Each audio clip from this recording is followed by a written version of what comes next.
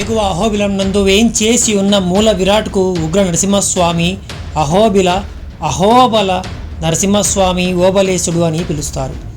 గరుడాద్రి, వేదాద్రి పర్వతముల మధ్యన ఈ ఎగువ అహోబిల ఆలయము కలదు. ఈ స్వామి స్వయంభుమూర్తి. ఒక గుహయందు రాతి పీఠము మీద ఉన్నారు.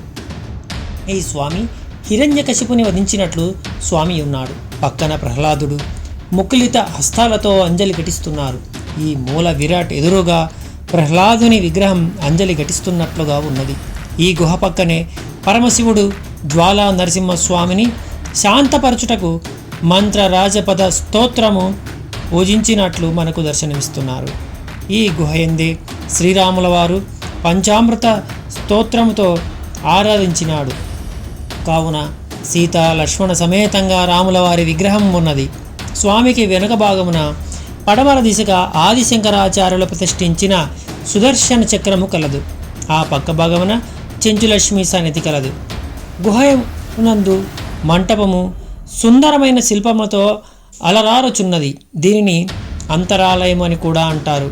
ఈ 4 స్తంభముల మధ్యన 6వ పీఠాధిపతి అయిన షష్ఠ పరాంకుశ యతీంద్ర మహాదీక్షకుల వారు స్వామివారి ఆదేశము మేరకు బిలమనందు స్వామిలో ఐక్యం పొందిన స్థలము కూడా ఇక్కడే ఉంది.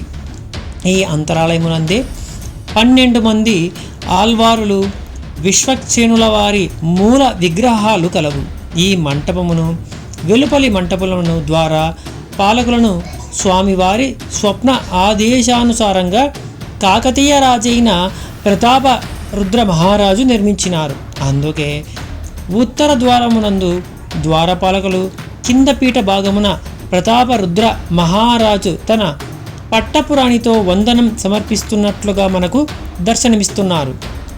ప్రతాపరుద్ర మహారాజు దేవాలయమునందు చెంచులక్ష్మి శిల్పములు, చెంచులక్ష్మి విల్లంబుల ధరించినట్లుగా చెంచుల జీవన శైలిని శిల్పముల యందు పొందుపరిచినారు. ప్రాకారమును, దేవాలయమును, గోపురములను నిర్మించుటకు శాసనాలను బట్టి 13 సంవత్సరములు పట్టినట్లు తెలియచున్నది.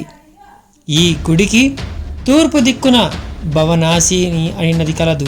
ఇది జ్వాలా నుంచి ఉద్భవించి ఎగువ అహోబిలం వరకు ఎప్పటికీ ప్రవహిస్తూనే ఉంటుంది. ఈ ఆలయాన్ని దర్శించిన మాత్రం చేత సర్వ పాపాలు హరించుకుని పోతాయి. స్వాతి నక్షత్రం రోజు ఎవరైతే దర్శించుకుంటారో సర్వ పాపాలు పోతాయి.